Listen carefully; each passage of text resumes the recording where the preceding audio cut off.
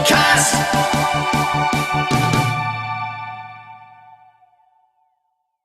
Today's guest is, in his own words, an author of a lot of books, humorist, nerd, and Star Trek fan. He has written on the topics of shadow people, ghosts, and cryptids, amongst many others. Please give a huge Koit welcome to Jason Offutt. Hi Jason, and welcome to KoitCast. Hey, wonderful. Thanks for having me on.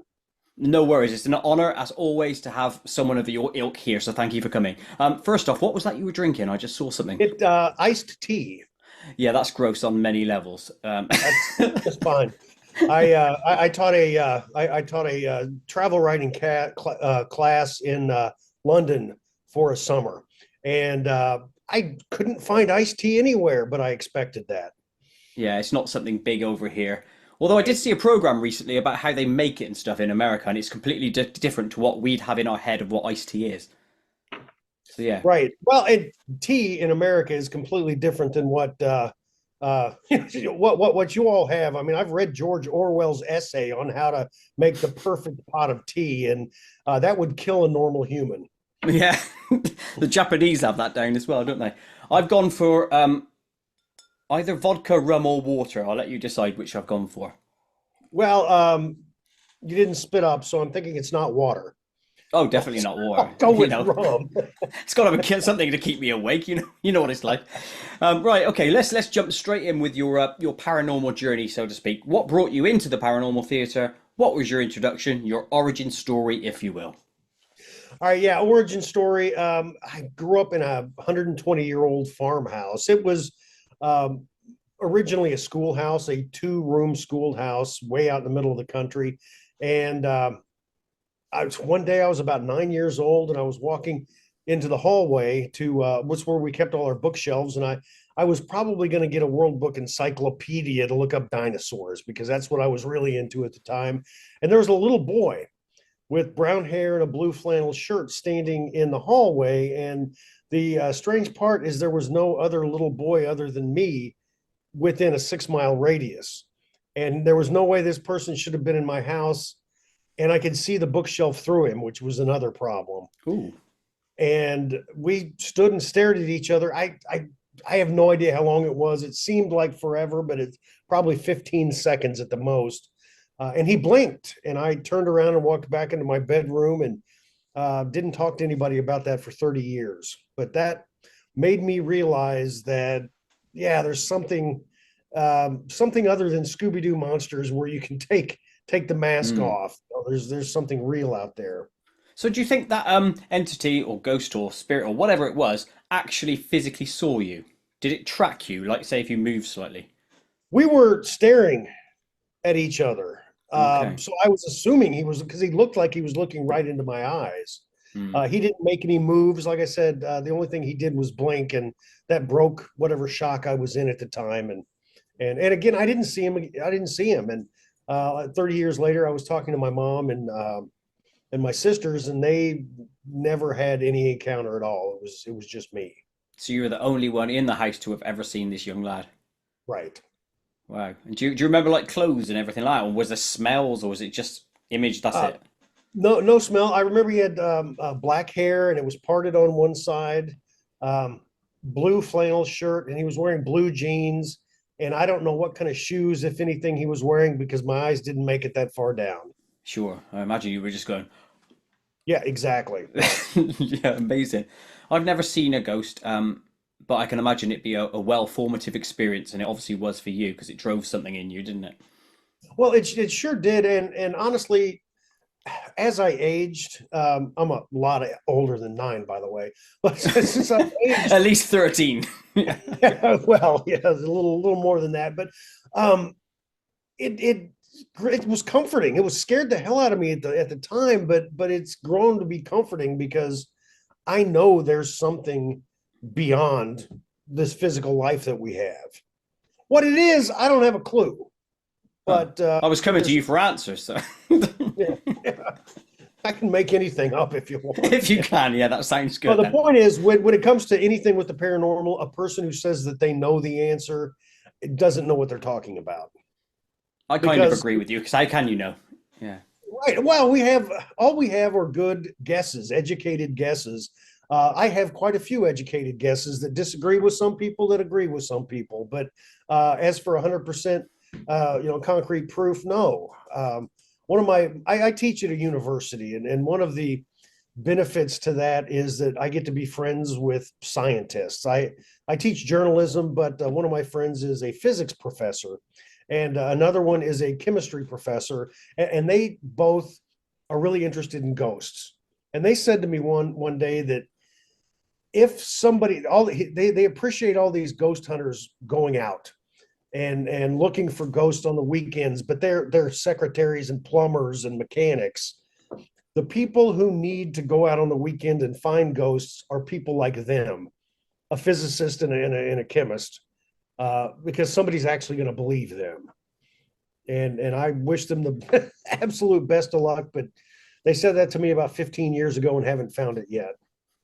Well, there's plenty of time left in lives, is there not, for us to solve this mystery? Even whether it's not us, it could be the next generation or the next generation, but somebody at some stage, I imagine, will solve it. Right. Well, and the thing is, when it comes to science, it's got to be repeatable. That's how you prove it, repeatable. And ghosts are horrendously inconsistent when it comes to appearing. It's going to take somebody developing, the ghost trap that Dr. Vinkman used to capture Slimer. It's Yeah. going to take one of those. And who knows? Somebody might actually invent one day. If someone's thought of it, someone at some stage will invent it. That's in terms of turn it into a creation, I think.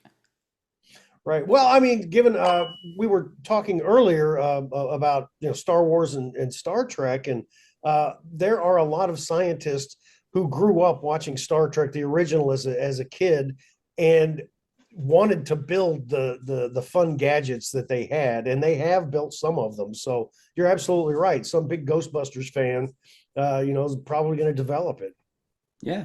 For all we know, it's already in development. Yeah, I'd love yeah, to good see point. it. Let's jump into some of your research. You wrote a book, Darkness Walks, The Shadow People Amongst Us, where you discuss this awesome topic. Can we start by defining from your perspective, what a shadow person is and how are they seen, etc.? Okay, the base description of a shadow person is a darker than night, usually two-dimensional person shaped shadow. Uh, I throughout all the interviews and the research that I did, um, the shadow people, there are a number of different types. They tend to behave differently. However, they all look just like that. There may be a variation. Someone may be wearing a hat. Someone may be, one of them may have red glowing eyes, which I do not want to encounter something like that. But it's the behavior that makes them, to me. I think there are a number of different types of entities that just look the same. Right, and how are they normally seen then by people? Is it like All specific right. people that can see them, or? Well, it's no, it's just about anybody. Typically, they're seen at night in the dark. But they have been seen in broad daylight, and it can be. I mean, I saw a few when I was a child. I mean, I really hate it in all my research. If somebody says, "Well, I saw a ghost and I saw shadow people and I saw a UFO and I gave JFK a back rub while he was riding on the back of Bigfoot," I don't believe all that. No. Not all of it can happen to one person, but I did see shadow people. What they were, I'm not sure, but they walked through my bedroom, and right, and that's generally how they appear. People will see them and they look like they're traveling from point A to point B, and a bedroom or a living room or your backyard, your back garden is just in the middle. Do you think But then, because it sounds very, very similar to a ghost like you had earlier, that other experience, do you think it's a version of that where they haven't fully, I don't know, become seeable? Do you know what I mean? It's like they're partially visible. right, looking at ghosts, if we want to look at them, you know, in the physical world using science, it's got to take a lot of energy, I would think, to manifest in a full-bodied apparition. So what you're saying is that it's only maybe partially, that's all the Hmm. energy they have at that moment is to form a shadow. and a lot of their behaviors do sound like ghost behaviors, especially residual ghosts that tend to do the same thing over and over, like appear at the top of the stairs and walk down the stairs and turn around the corner to go into the kitchen. That some shadow people do behave like that, and I do think that some occurrences of shadow people are ghosts. I also think that there's a number of occurrences are demonic type entities. What you call them depends on the religion. For my book, I interviewed um, experts in Christianity. Actually, the fellow was an archbishop who performed exorcisms. I interviewed an expert in Islam, Judaism, American Indian shamanism. He was a Cherokee shaman, and they all these different religions have demonic type shadow beings in their belief system. Hmm. So one type I do think is this demonic entity that has been around forever and transcends whatever specific religion you're in. I like all of that, and I'm going to ask this question, which is to say, how do we know what shadow people form the ones that we earlier termed possible ghosts versus demonic-y ones versus something that may be something else? Is there a way of defining what's what? Well, a couple of ways. The ones I said that have blazing red eyes, and there are a Oh, yeah, number of. yeah. I interviewed at least 250 people who encountered shadow people. I mean, from all over the world, and the ones with the blazing red eyes are always evil. The way most people describe it, it's like those entities generate fear inside them, an irrational fear, not just seeing, oh my gosh, there's a shadow being kind of fright, but something more visceral, more deep. It seems like that fear is being generated, and then the shadow being feeds off of it somehow. Hmm. Like I think a psychic vampire is a popular term. So those type of beings are the more demonic ones. If you don't want to call them demonic, I mean, in Islam, the jinn have been referred to as that. The Cherokee word I can't pronounce correctly, so I'm not going to try. It starts with an S. That's all I'm going to say. Um, but yeah, that behavior is different than a ghost behavior. There are ones that tend to spy on people, whether it be peering around a door frame, or peering over you when you're trying to sleep. Those just seem to be observing people, and when the people observe, or when the shadow person notices the person it's observing sees them, they generally run out of the room. So what are they? They don't behave like ghosts. They don't behave like an entity trying to instill fear in somebody. They seem like, who knows, maybe different dimensions. So, a person that's just bleeding over into ours and wants to find out what's going on. I talked to a number of people who think that extraterrestrials will appear like this to be less obtrusive. So, I mean, again, as we said before, anybody who says they know 100% doesn't know, and these are educated guesses based on the facts that I gathered. Hmm. It's interesting to try and parse it out what it is, because obviously the human nature wants you to take a mystery and solve it somehow, yeah? So you obviously have to come up with theories and try and say, right, it's more tending towards that. The ones that sort of like peer over and look, and then you see them, and then they quickly, they scarper. What's your thoughts on that? You must have parsed out what you thought that is. I have, and they don't seem to cause to want to cause anyone any harm. Again, they're just curious.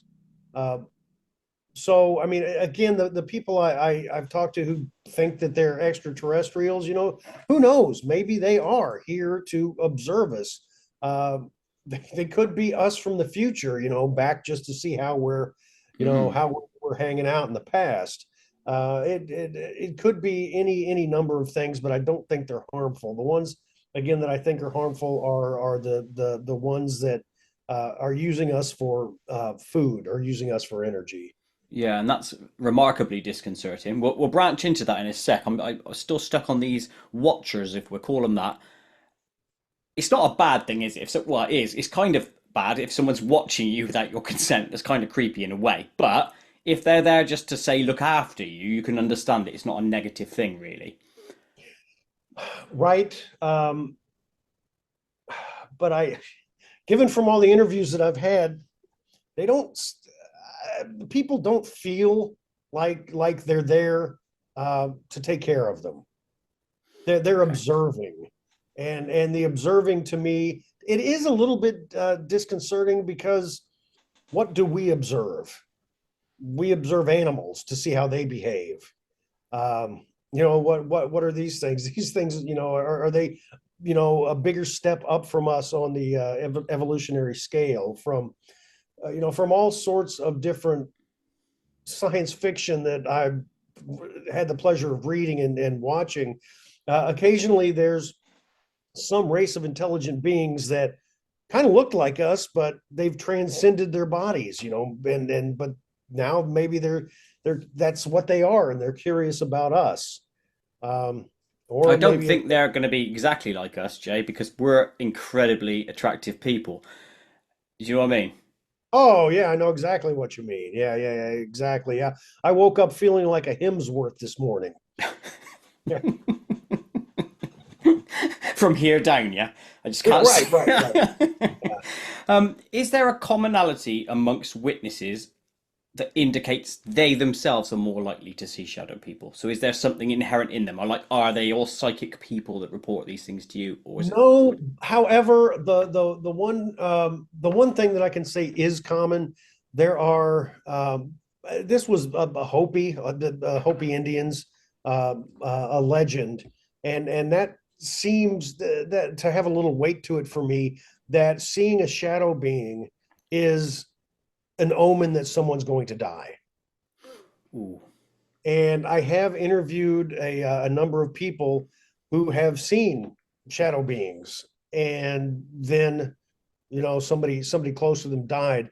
The most specific one that really drove it home to me is a woman I used to work with. While I was working with her, her husband had stage 4 esophageal cancer. Thing is, she didn't know that, and mm. he didn't know that. He just thought he was a little sick. But she told me that she kept seeing shadow being in the corner of her eye, and it started bothering her when she started to see it more straight on, as opposed to her peripheral vision. And by the time that she saw it straight on, then they got the doctor's report that her husband was going to die soon. And after her husband finally died, she stopped seeing the shadow beings altogether. So Mm. that that case, along with others that were sort of similar, at least lend credence to me that some shadow people encounters may be they may be omens, Yeah, or at least some part of the death process somehow. or some part. It's Yeah. like, yeah, because the everything got dark, but I saw a white light and I went to the light. I mean, is that some religious experience, or is that just brain chemicals and that's how it happens? That could be Or with is the it shadow. both? Yeah, yeah. It could be both. With the shadow people seen by people who are close to death, I vaguely remember, and I'm not 100% on this, but I vaguely remember when my granddad was dying that there were reports by my dad that he said my granddad had seen shadow people at the hospital, a few days before he died. So that's kind of cool in itself. Not in a him dying sort of way, but you know what I mean. Right. Well, I interviewed a woman who told me a similar story, that her husband was dying. Everybody knew he was dying. He was at home, and he was always agitated when he was in the bedroom.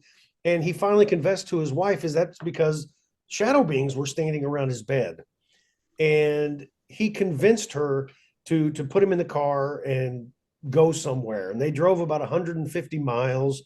I can't tell you how many kilometers that is, but 150 miles to a hotel in far off. And he told her he wanted her to do that, even though he was so sick, because he wanted to die without all those shadow people around his bed. And unfortunately, when they got to the hotel room and he laid down, he started crying because they'd followed him, Mm. and that broke her heart. But he passed away with the shadow beings he set around the bed. Yeah, which tells you they're not tied to a location per se, they're tied to either an energy or your being itself. Interesting, isn't it? Now, the peripheral vision thing you talked about earlier, which was kind of, again, cool in a way, is that I know a lot of people have seen them in their peripheral vision. It's commonly reported from what I've heard, so you can put me right if I'm wrong. But that one where you said it sort of almost came around, that's almost indicating that it's some measure of timing or clock, isn't it? Like if we get here, we're right at the, you're right at the end sort of thing. Right. That is what it seemed like. Because yes, a lot of people will see shadows in their periphery, and they turn around and there's nothing there. Hmm. And I think yes, once you get to here, you're screwed. Absolutely. Yeah, But wow. that, I mean, that did make sense as kind of a gauge. Yeah. Some Yeah. measure of sort of sundial because we can put it in with the shadow thing, you know? Hmm. Whoa. Yeah, I don't ever want to see a shadow guy right here then. I know I'm in the shit if that's the case. So Right. Exactly. um, Exactly. who is Hat Man and how does he play into the lore? Is he common amongst the lore? He's common enough to get his own name, to get his own category, the Hat Man. Generally, when it comes to the Hat Man, I don't know how to place him because he seems to fit into a number of different categories. I've interviewed people who've seen a Hat Man, and they've sounded like a ghost. Um, and that makes some kind of sense. A person I interviewed from Brazil saw a Hat Man, and he was behaving just like a ghost. But then I was talking to him about the way they dressed, and he said businessmen in Brazil up until the 80s at least dressed like businessmen in America dressed back in the 1940s and 1950s. They had a fedora and a suit, and that's. But his description of its behavior was a lot like a ghost. However, um, there have been Hat Man occurrences that have been a little bit more frightening. That the Hat Man has taken notice of you. One of them involved an 18-year-old boy. Well, I guess he was a man at that point or a young man. I interviewed him, and he was at home alone one afternoon, and he felt like he was being watched. And he turned around, and there was one of these Hat Men standing in the doorway that separated the living area with the television, which is where he was, from the kitchen. And when the Hat Man noticed him, it did what the observers do, the watchers, if you will. It just ran, turned around and ran, and the young man heard a crash, and he went into the kitchen, and he saw the Hat Man run off the back porch and disappear because they didn't have stairs, and it was like an 18-foot drop. But there was a double paned sliding glass door, and the inside of the double pane was shattered, and the outside of the double pane was still in one piece. Well, that tells you we're dealing with the predator then, doesn't it? Yes. Yeah, A a little shadow bit. version of the Yeah. predator. Yeah. Which alludes to the fact that that particular watcher is some measure of alien or government technology somehow. Obviously, you tend to lean towards the alien, wouldn't you? Right. But uh, who knows what technology the government has? Yeah, that is true. Mhm. Yeah, I remember when I was in college close to Whiteman Air Force Base where the B 2 bomber, the stealth bomber, is stationed. And I hadn't heard anything about it. And one Sunday night, I was watching a news program, and they talked about the stealth bomber. And the next week, I saw it. And if I hadn't have seen the news program, I would have thought the aliens were coming and taking us all away. Hmm. Uh, but how long had they had the stealth bomber before I saw that news report? True. Years, decades, maybe. So who knows what they have? They could have some. You mentioned the predator like cloaking technology. Again, who knows? If let's just assume, right, there is a government agent that was in that chap's house watching him. Was he special? This chap? What was the reason for watching him? Would you He say? seemed to be just a normal boy. I don't know if it could have been practice. Yeah, yeah, yeah, could have been. What did he put it down to? He must have had his own thoughts. He didn't know. He was shocked. He just knew that there was a cutout. These refrigerator magnets. Have refrigerator magnets? They're flat, and you peel them off, and they're and one side's black because that's the magnet side. And he said it looked like that's what it looked like, the back of a refrigerator magnet. It had, it couldn't see a nose, which is typical. Couldn't see eyes, which unless they are glowing, you can't see that. No definition whatsoever except for the cutout part. He didn't know. He was asking me what I thought, and I was being just as helpful as I am now. I didn't know. Well, you're not going to know, are you? Because you didn't personally see it. Right. That's the thing. It's a hard one to sort of like process in your mind as to what you could think it would be, because it seems as if, like I said, there's no motive to watching this guy other than what you said, which would be some measure of practice. Now, one of the things that it sounds good to me, but again, I'm answering an unknown with another unknown. So that means, again, I don't know. But John Keel, the paranormal writer from back in the 50s, 60s, 70s, he was the one who went to Point Pleasant, West Virginia, when the Silver Big Bridge collapsed, and he's the one who interviewed everybody about Mothman. Okay, he had because he had researched all sorts of paranormal occurrences, and he noticed in some places there were more than others, and at sometimes there were more than others. And what he thought was that there are multiple dimensions, which science says sure there are. And he thought that some places were window areas, is what he called them, which is where they were so close that they opened to each other. Yeah, yeah. And if that was the case, maybe these shadows are from that other dimension, and we're seeing through the window area. Maybe we look like shadow beings to them, and they look, and that's what we see of them as well. Exactly, and that's why that one ran away, Right, because he thought, right. sure, there's a shadow guy there. I don't want to mess with that. Yeah, Yeah, get the no, hell out of here. it's odd, isn't it, when you start reversing it and looking at it that way? Because we tend to have this conversation a lot with people who talk about ghosts. Is that, are we the ghosts to them? So it's the same principle with shadow people. Well, and with ghosts, there's also another, and this would go over to shadow people as well. Is they might not be ghosts. The ghost might not be, because sometimes people report that they see a ghost in period costume, and the ghost sees them and is shocked. Is that a time slip instead?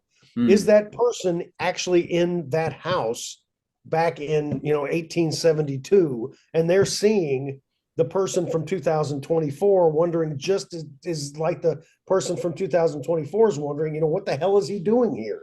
Exactly. So we don't know which one slipped into whatever dimension, do we? Could be us, could be them, Right. etc. Could Yeah, it's a great one to think about that. And again, how will we know the answer unless some sort of technology proves it? But it's an interesting one to mull over. Um, I know we've sort of half covered this. Go on. Sorry, you had a Oh, thought. I was just could I tell one more Of Hat Man course, story? go for it. Because this one is a former student of mine, and while he was a student, he told me part of the story. Is when he grew up, his brother, his younger brother, and he took the basement. They had a finished basement, with a bedroom, and down in the basement, he and his brother both would see fairly regularly a shadow person. They called him the cowboy because of the hat that he wore, Hmm. and it would pace back and forth in the room. It would not get close to them. It would just pace back and forth.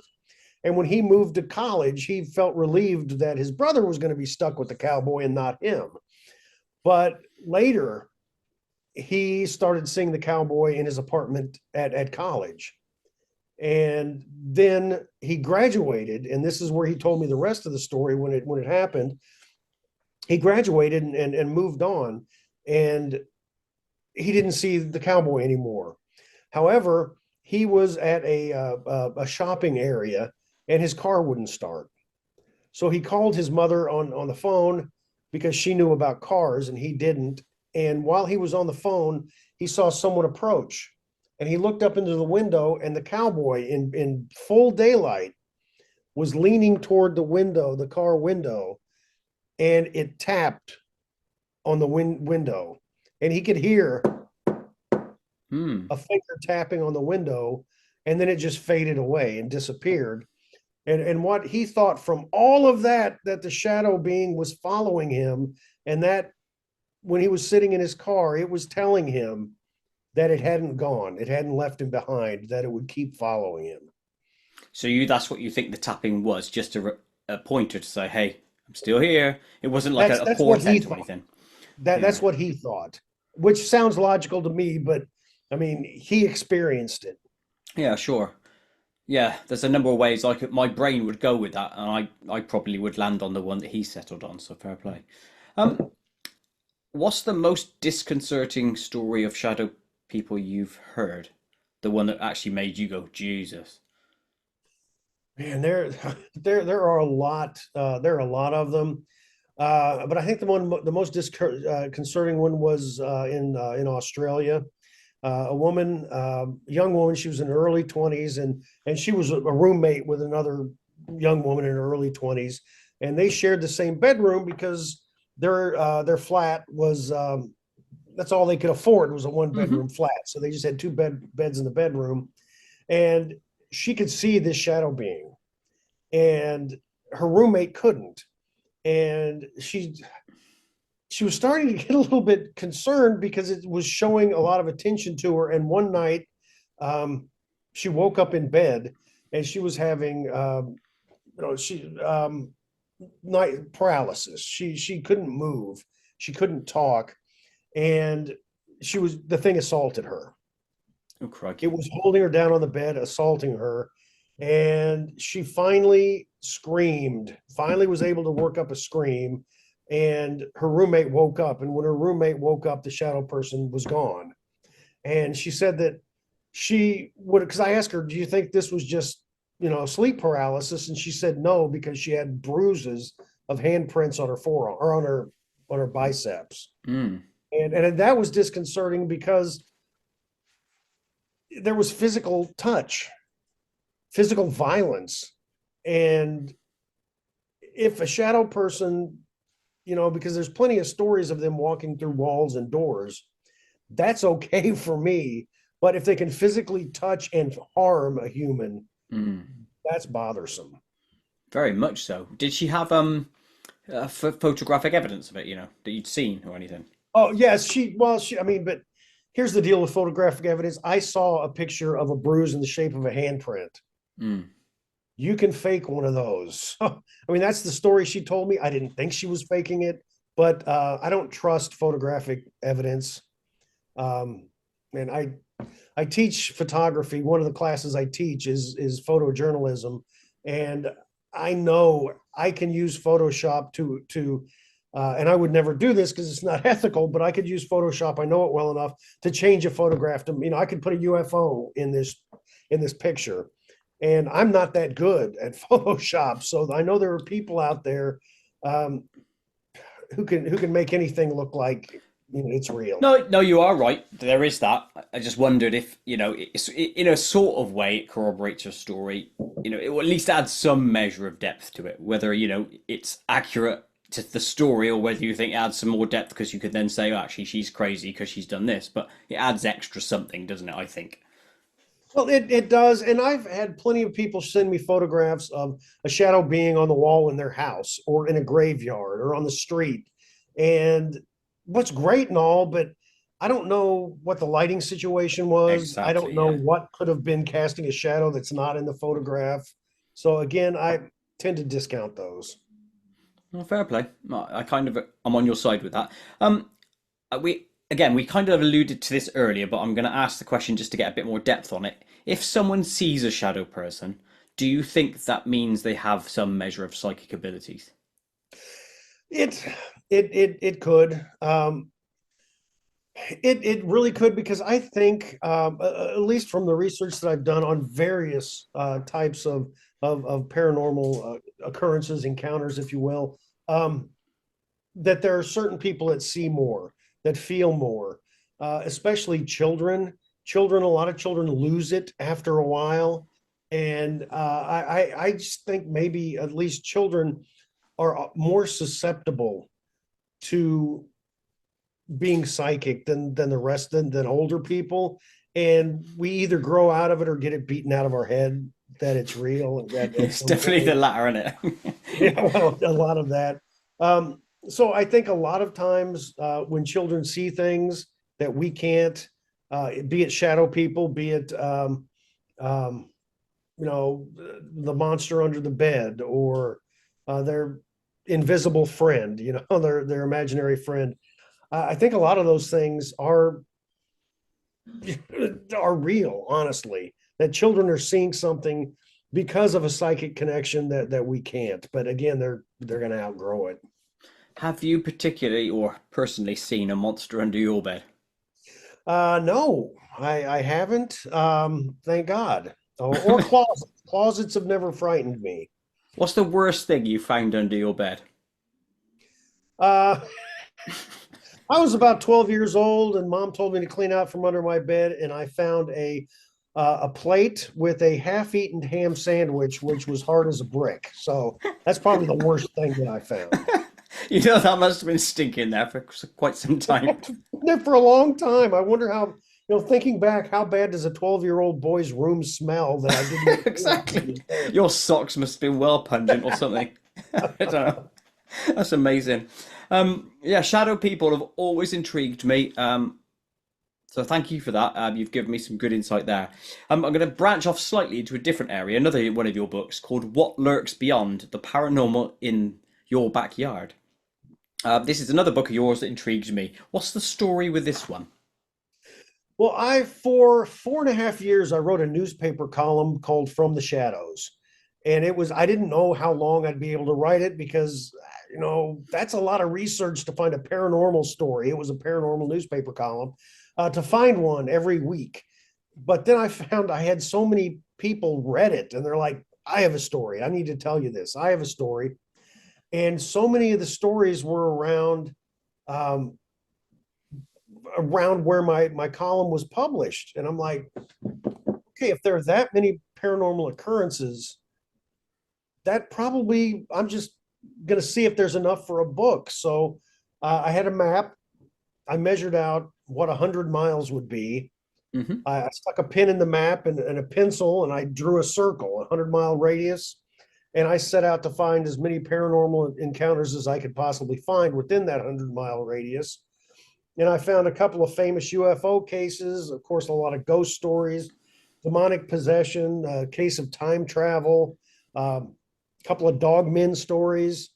And yeah, that's what the book was. Can you recite some of your favorite stories from that piece of work? Yeah, absolutely. One of the famous UFO encounters, there was a man named Herbert Shermer. He was in Oh, I know the name. Yeah. right. Yeah, he was in the Navy and got out of the Navy and moved home to Nebraska and wanted to become a police officer. He wanted to become a state patrolman, which is the um, police officer that covers our entire state. And he went to apply to take a lie detector test and a background check at the police station in his small town called Ashland, Nebraska, where his family was living. And the police chief said, well, why don't you just work for us? So he took the job. And a lot of people in town hated him, especially the young people, because he took his job seriously. And he'd drive around to all the uh, makeout spots, all the what word should I use? Shagging areas, I guess. Does that work? Yeah, dogging, shagging, sort of thing. Right, there we go. He would run all the teenagers off, so he didn't make any friends. But he, being the young one, would have the night shift, and he one of his routes was out on the highway where businesses were, and he just went around to check and make sure they weren't being robbed or vandalized. And one night in, I believe it was July, he was driving and he saw what looked like a very large truck, lorry overturned, and he drove up to it and he saw that it wasn't a vehicle, an earth vehicle at least. It was a disc with a like a ball in the middle of it, a typical flying saucer. Hmm. There was a white light around the middle and red lights that he thought were emergency lights of the damaged truck. And then everything went black, and he woke up 20 minutes later, sitting in the same place, and the flying saucer was gone. He drove back to the police station, and there was another officer there. And he said, when the other officer heard the story, he said, "Do not write this in your report because you will live to regret it." He wrote it in his report, and it hit the big newspapers in the state, and then it hit the New York Times, and it hit everything. And he was really excited at first because he got all this attention, but then it grew rather old because he was the UFO guy. He was interviewed by a number of pretty big names at the time. This is back in the late 60s, early 70s. Leo Stringfield. He was interviewed at the Condon Report at University of Colorado. They were doing a study of UFOs. He was put under hypnosis. And when he was under hypnosis, Brad Steiger also interviewed him. And he, under hypnosis, he remembered the 20 minutes that he was asleep. He wasn't asleep. Two human-looking people wearing tight coveralls with what looked like Quetzalcoatl, the winged serpent. Oh yeah, yeah. That was their badge. And they had antennas, like a device, headphone type with antennas on it. And they came out and talked to them and asked if he was the watchman. And they took him inside the flying saucer and showed him around, told him how it operated, and then put him out in his car, and he woke up. Well, when that hit the news, he became a laughingstock in town. And the police chief didn't like what was going on, so he resigned. And Shermer got named the police chief. He was undergoing so much stress. He was married by this point. He was undergoing so much stress that he woke up in the middle of the night one night holding a gun on his wife. Oh crikey! Because he was so, his mind was going all sorts of places. And eventually he quit being a policeman and disappeared from public notice. And the last time I read anything about him, he owned a roofing company in Georgia, the state of Georgia. Wow. But that was just slightly less than 100 miles away from where I'm sitting right now.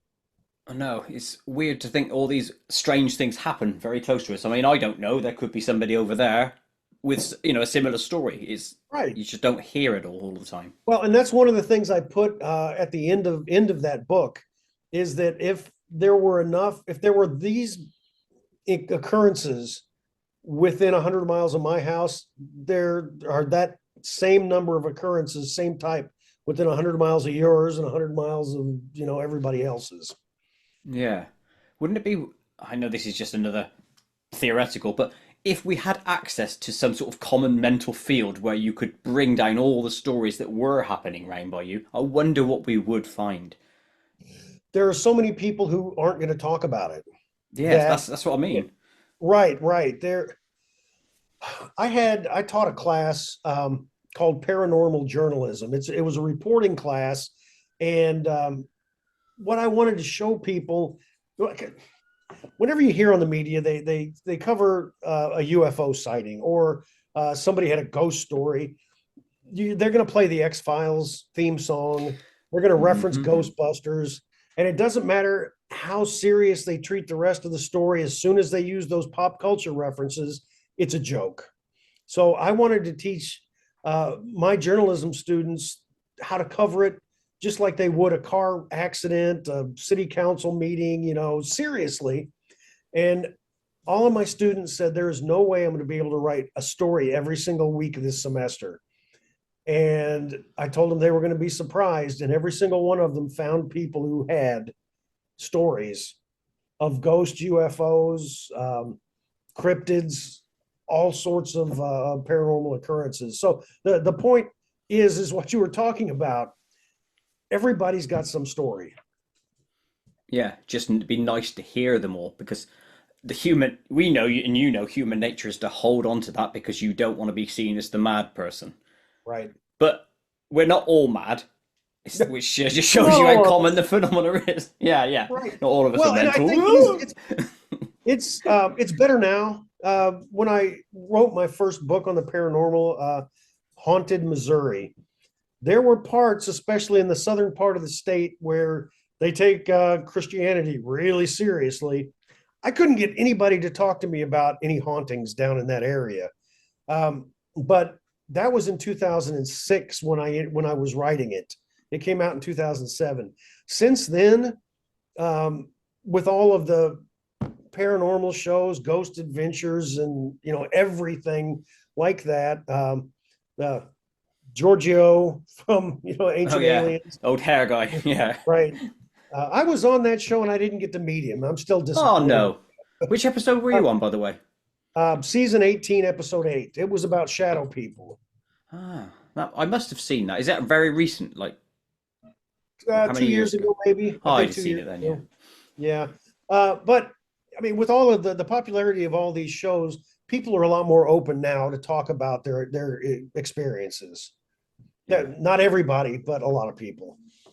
And I'm going to say this not to take the piss out of Christians or anyone religious, because you do what you want in this life. It doesn't bother me in the slightest as long as there's no harm. But they do believe in ghosts and they do believe in aliens, all of them, because they have the Holy Spirit and God is an extraterrestrial because he's not of this earth.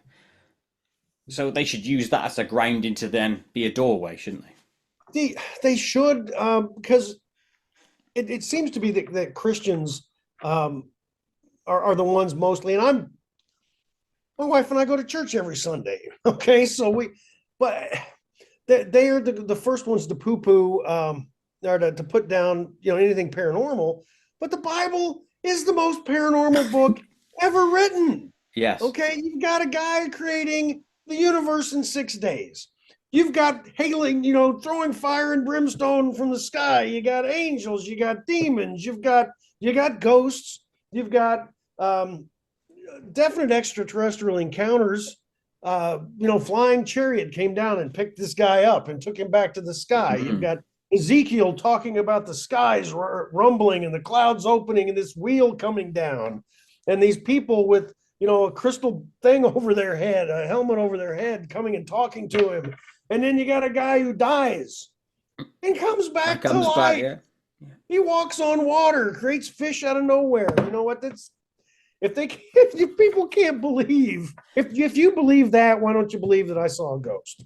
I know it doesn't hold water to me. It's a bit strange, but hey ho, that is other people. You can't put our thoughts onto them, I suppose. Well, you can ask them to, but they need to do it, don't they? It's like taking the horse to water. The horse has to drink. Similar sort of thing. That going back to that chap, the chap who'd seen the UFO. You said he's seen human type aliens. Were they literally human in appearance, or was it human type, as in similar? It was a lot like the description that Betty and Barney Hill gave. Okay, yes. So human. I mean, they were a little shorter than an average. What is the average height? I don't know, 5'6", 5'7", 5'7", 5'8", yeah. 5'9", whatever. But they were close enough that they could pass for a human on the street. It wasn't like your gray types with the big almond eyes and no nose. I know the Betty and Barney Hill ones are supposed to be similar to us, but again have slightly bigger eyes. So it would be a I bit think they were sort of disconcerting. ominous shaped as Yeah, well, maybe. Yeah, yeah. but they Wow. weren't the 7 foot tall Nordics either. So for that 20 minutes, all they did was show him around the ship. So give him a little tour, and then he has to sod off. Yeah. And they go about their business. It's strange, isn't it? Yeah. Why would they make him forget? Why would they show him the ship and then make him forget? Yeah, unless they had no choice because he's there. So he's already seen the ship. So, oh, come on, have a look then. And then it's like, what should we do now? I don't know. Let's make him forget. That's the only purpose we can put on it. But who knows what an alien thinks like? I don't know. Which is another thing that really it annoys me. Like human abductions and probing and all this.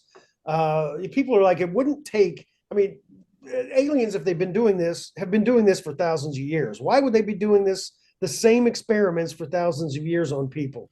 We don't know what their scientific method is, right? We don't have a clue. And there are people who say that spaceships can't be from another galaxy because it would take too long for them to get here.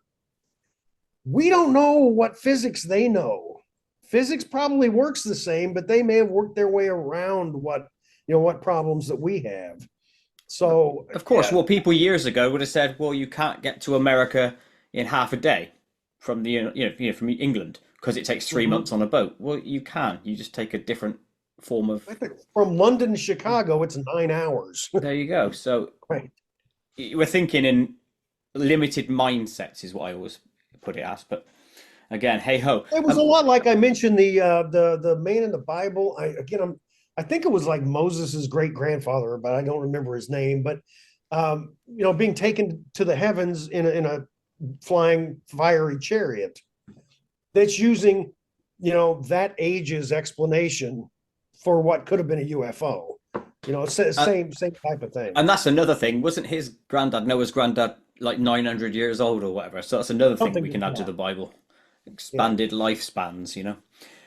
What's another story from that backyard book that really sort of like captivated you?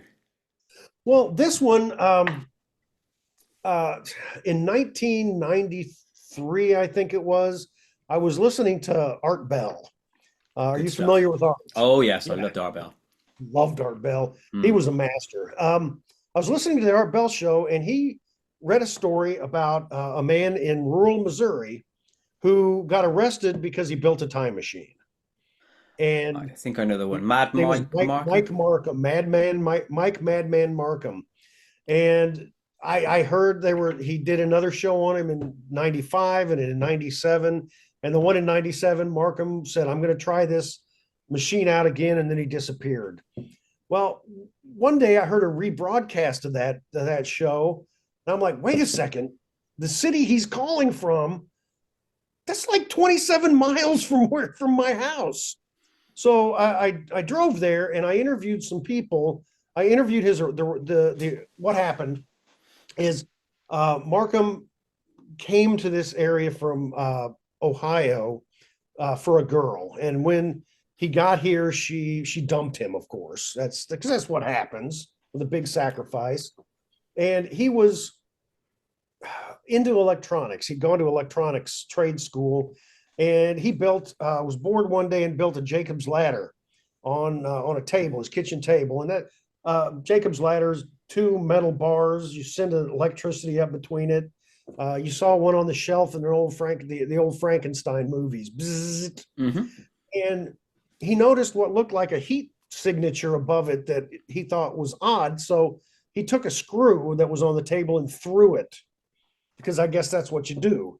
Threw it at this heat signature and it vanished for about 10 seconds and then reappeared and dropped onto the table at the very end of the table. And he was like, whoa. So he tried it again and it happened. And he automatically thought, man, I've invented a time machine. So he set out to build a big one, a man-sized one, so he could jump through it. He didn't want to, expand the body of knowledge or help mankind. He wanted to go get the lottery numbers a few days in the future and then come back. A Um, noble intention. Yeah. right, very noble. He So he built it, but he didn't have enough. Just plugging it into the wall wasn't enough electricity. So he and a few other guys stole some power line transformers, electrical transformers, and he hooked it up to that. And when he flipped his machine on, all the lights in town went off. And that's how they were able to find him, and they arrested him. Well, I interviewed as many people as I could find. A person who was on the electrical crew when they put the electricity back on, the arresting officer, the guy's lawyer, and eventually I was able to locate Mike Markham and interview Right. him about what happened. And he told a pretty incredible story, but that was the story that was in the book, that he did that all, less than a 30-minute drive from where I'm sitting. So that was a really fun story. Did he ever say what he discovered, if he had discovered anything? Well, he's sure that it was time travel. Um, after he got out of jail, he moved to a nearby city, St. Joseph, Missouri, which is about 75,000 people. And so many people from the radio from all over the world started sending him money and equipment. So he rented a warehouse and he built a man-sized machine. And by 1997, he told Art Bell that he was going to jump through the machine because he'd been practicing. He'd been throwing grapefruit in it, and the grapefruit would disappear. And he would They'd find not the come back like grapefruit. the screw did. No, but he'd find it outside in the parking lot. Oh, And which makes sense because here's the problem, time travel problem, none of the movies take into consideration. The Earth's spinning. yeah. It's going around the sun. The Milky Way is spinning. So if you were going to go back in time, you physically would be someplace else. If you were going to go back in time a few years, you would end up, out in the middle of space. Exactly, suffocating. Exactly. So he figured that's why the grapefruit appeared outside. So he figured if I'm going to jump through it, I want to see if living beings can survive. So he bought some guinea pigs, of course, because they're guinea pigs, Literally, yeah. literally guinea pigs, and he threw them in, and they'd appear out in the parking lot, but they were dead. Then he crossed his fingers and hoped that it was just because they were too small. So he told me that he jumped through, and he woke up 2 years into the past, or not in the past, 2 years in the future, in a frozen field outside of Cincinnati. He had no idea who he was. He got taken to a homeless shelter. He spent time in a mental institution until his memory came back. And that's when I talked to him, and he said he didn't want to do any time travel ever again. What do you personally make of that? Because I know we had this sort of alluded conversation earlier where you can start assuming somebody is mad. It's a thin line between madness and believing a story. So where do you land? I think it's a really cool story.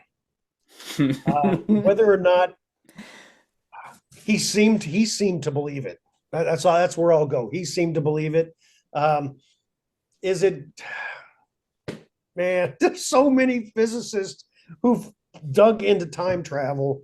I seriously doubt a guy who didn't even get a trade degree in electronics is going to do something, the physicists couldn't do. Yeah. So I doubt that it happened, but again, it's a really fun story. It is a fun story. I know I used to like hearing those on Art Bell. Yeah, strange one. You've also got one in your book about a mind-reading dog.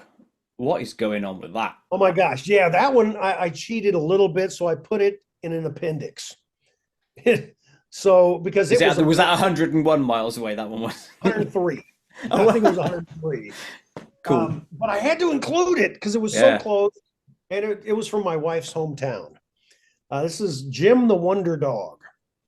Back in the 1930s, there was a man named Sam Van Arsdale who owned a hotel in town, Marshall, Missouri, and he loved to hunt. He was a bird hunter, and a friend of his gave him a present as a joke. He gave him a English Llewellyn setter, which is a good bird hunter, but it was the runt of the litter, because you don't want the runt of the litter. You want the alpha. He got the runt, and what he found out was the runt was smart for a dog, and he actually was featured. The dog was featured in a Missouri outdoor magazine at the time for being one of the best hunting dogs in the state.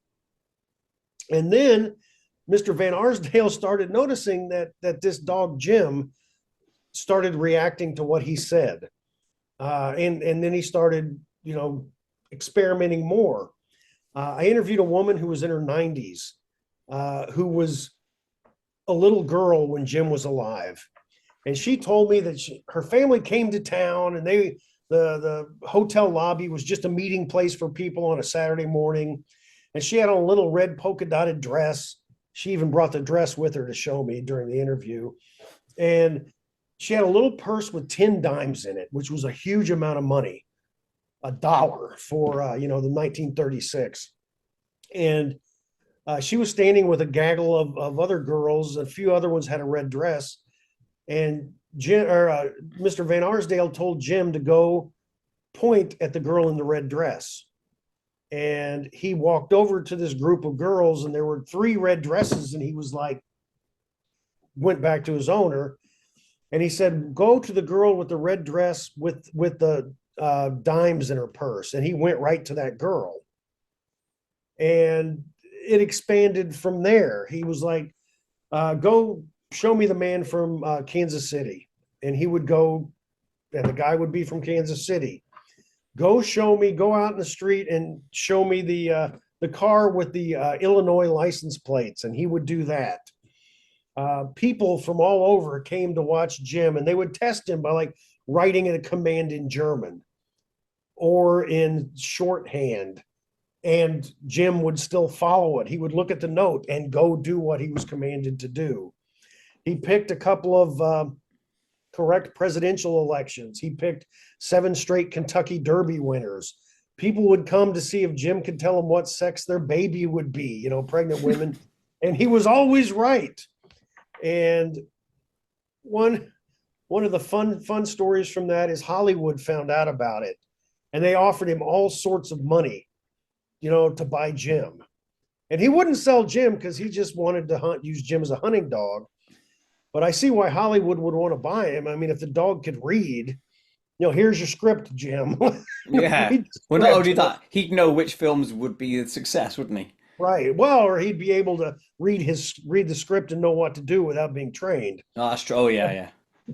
But he was he took Mr. Van Arsdale took him to the local University of Missouri, and Jim was tested, and they couldn't find anything different except for his head was a little bit larger than the average Llewellyn setter. But then Jim finally died, and he's buried in Marshall in the cemetery, and people still, it was in the 1930s, he died a long time ago, but people will still show up and throw coins on his gravestone for some reason. Do you ever need any spare change? You know where to go. Yeah. When I went and took the picture, I honest to God, I did not steal any. I didn't steal any. You got a big jar in your back room. Wow, poor Jim. It reminds me of a film I watched the other day about a talking ferret or a talking stoat. I watched it on Netflix about Jeff. Was it Jeff? Could have been Jeff. That's the one. Yeah, that famous case. Because there's other ones near that time where they had other animals that were meant to be doing this, that, and the other. Was it like in your case with Jim? Was there loads of corroborating evidence of people who just said, "No, no, honestly, he was doing these things," or was it just a story? No, it wasn't a story. Like I said, I interviewed a woman who was there and saw Jim do one of these amazing things. And there were all sorts of newspaper. There's a museum in the town, and I read a number of the newspaper reports from the time, and there was a lot of corroborating evidence. Whoa. What does that tell you then? Knowing that that's true, assuming that's true, and sort of like leaning towards it is, what does that tell you about the nature of reality that a dog can do those things? Well, dogs are, in general, I think, except for our dog, he's pretty stupid. Dogs are really intelligent animals. Let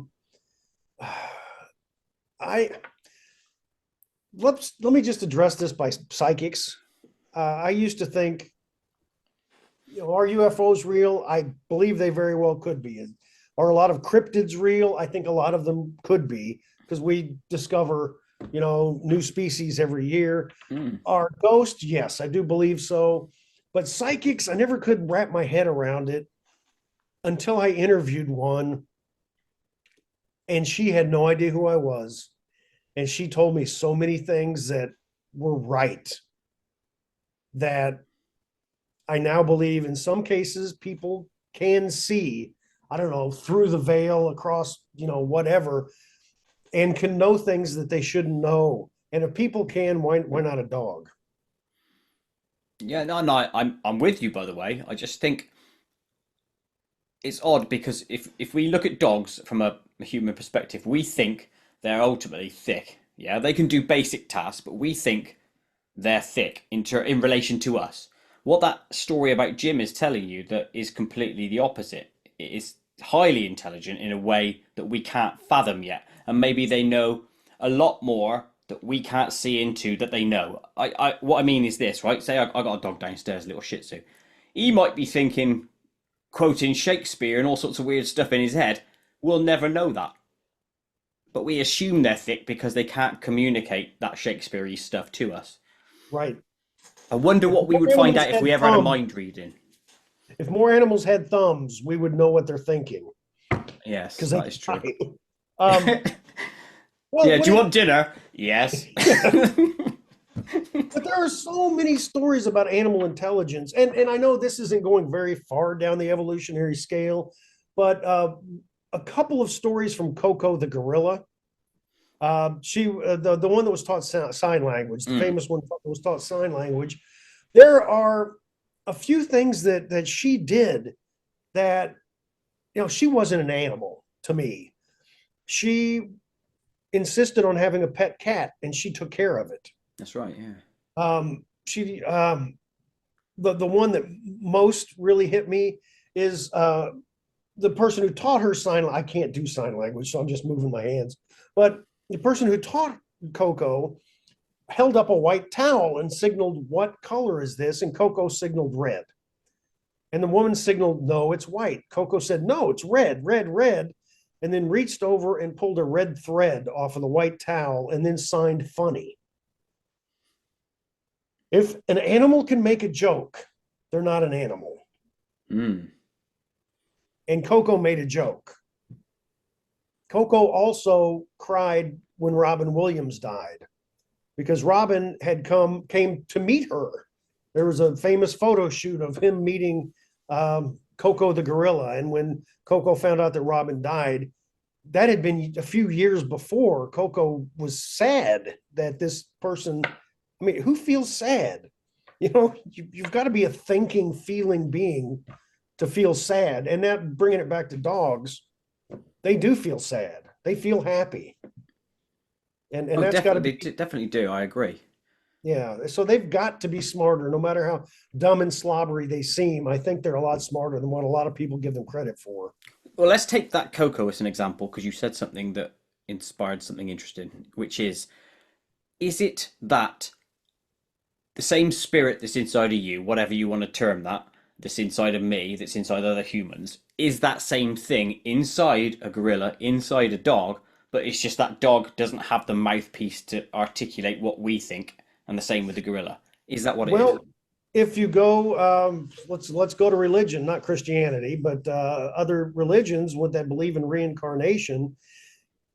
We are practicing in our life when we're reincarnated, we're practicing to be better, and we do not fully ascend to someplace higher, heaven, if you want to call it that, until we have reached perfection.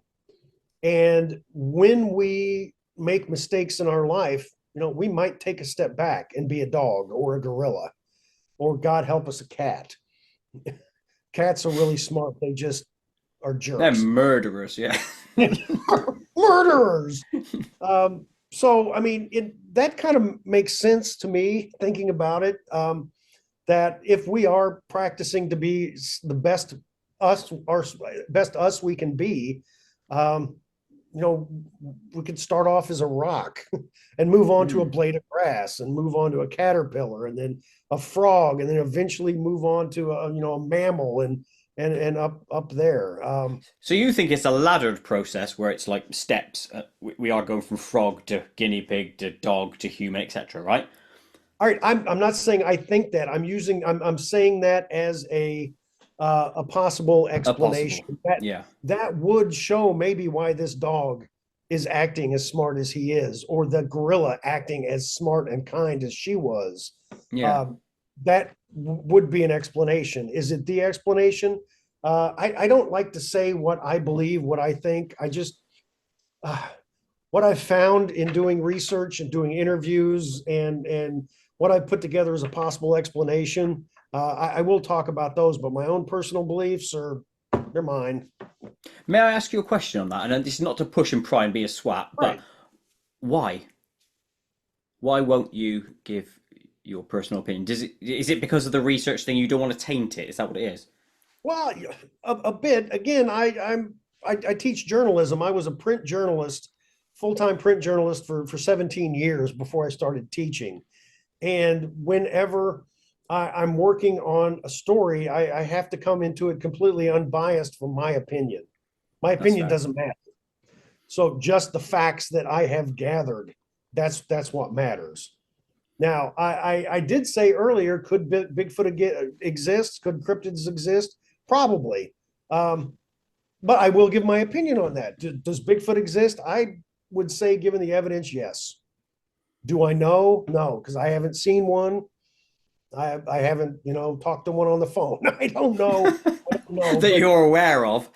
that You I'm might have aware done. of. You're absolutely right. But um, are extraterrestrials visiting us? Have they visited us in the past? Evidence shows probably they did. So I will say my belief on that is that yes, they have. Again, I don't know if I'm right or not, but Yeah. Yeah. see, that's where beliefs fall down. I can believe anything I want. There are plenty of people in the United States that believe Donald Trump is a great man. They can believe whatever they want to. They just are ignoring the facts, but irrelevant. Politics, let's throw that away. Let's throw that away. Um, moving slightly aside from there, and again, this goes back to some of the shadow people, a bit, but ghosts. What are your thoughts on them? How do you think they become to be ghosts? And if so, for what purpose? Well, we talked energy before. There's energy everywhere. There's energy in you. There's energy connecting you and I right now. Yeah, Okay. it's Where does beautiful. the energy go? It can't be destroyed. It can just, you know, go elsewhere. So our thought energy, our all the electricity that's going on from our central nervous system, um, it can't die. So let's let it carry on. That might be what a ghost is just that, or maybe that's a concrete way of trying to describe what our soul is. Do we have a soul? I can't say we do or we don't. Mm. I saw something that looked human that wasn't. I could see through. I would like to think that was the soul of someone. I'm sad that he may have died at 6, but but still. So um, I think there are ghosts. I think that they are us continuing on. Why? Again, I'm going to go with the who knows. Maybe there. This is these are explanations people have used in the past. Maybe they died suddenly and don't know they're dead. Fine, I understand that. Um, Maybe they just loved their family so much they didn't want to leave. Maybe they're confused. Maybe they're absolute a-holes and just want to mess with people after they're dead. You Or they're know, getting their just desserts. Yeah, you're not right, going anywhere right. nice. Yeah, it's another highly interesting area. Of Is the course, ghosts. according to I have a film class, and I focus on horror movies around the world. And if we want to go for ghosts, let's go for Japanese ghosts who are vengeful. Maybe they're just trying to settle some score that was some wrong that was done upon them when they were living. That's That another would, interesting factor, isn't it? That you just alluded to there is that in different areas of the globe, ghosts have different connotations. So in Japan, they're obviously mostly vengeful. Well, that's what they think. In over here, we just think, oh, scary, not necessarily vengeful. And then in Mhm. other countries like Asia and all that, who revere reincarnation and things, they might think of it a slightly different way. That's Yes. another. Well, which is the expert in Hinduism that I interviewed about shadow people said that they're ghosts, they're the spirits of people who just died going from one plane to the next. So yes, so in reincarnation, that's what a ghost could be. Um, One of the things that I absolutely love about various entities. Ghosts are one, Bigfoot's another, dragons are a third. Every place on the planet, every culture that has ever existed that I know of on the planet believes in those three entities.